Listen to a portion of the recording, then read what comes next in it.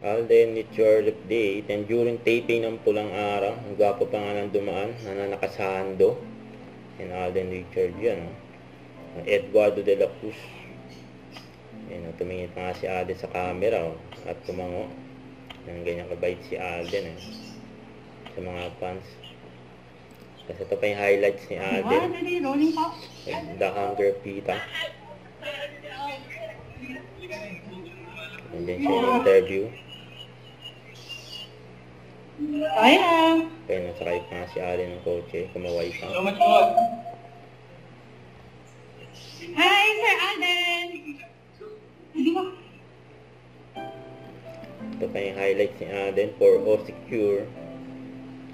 Saka na nag-livestream siya sa Pulang Araw. Kasama niya si Leisam. And busy ang lahat para kay Alden Richard. And ganyan kay special si Alden sa All Secure Pam.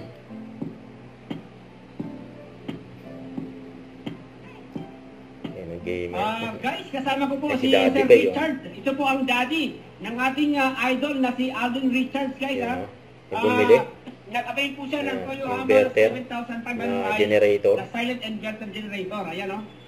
Si Daddy Bay. Kaya nagpa-picture kami at nag-kumuha na rin ng konting video. Ayan, maraming salamat po, ha.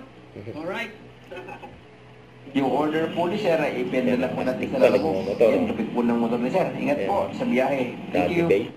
Huwag kalimutan mag-subscribe, click ang notification bell para update po ang future reaction vlog. Bye guys, thank you for watching.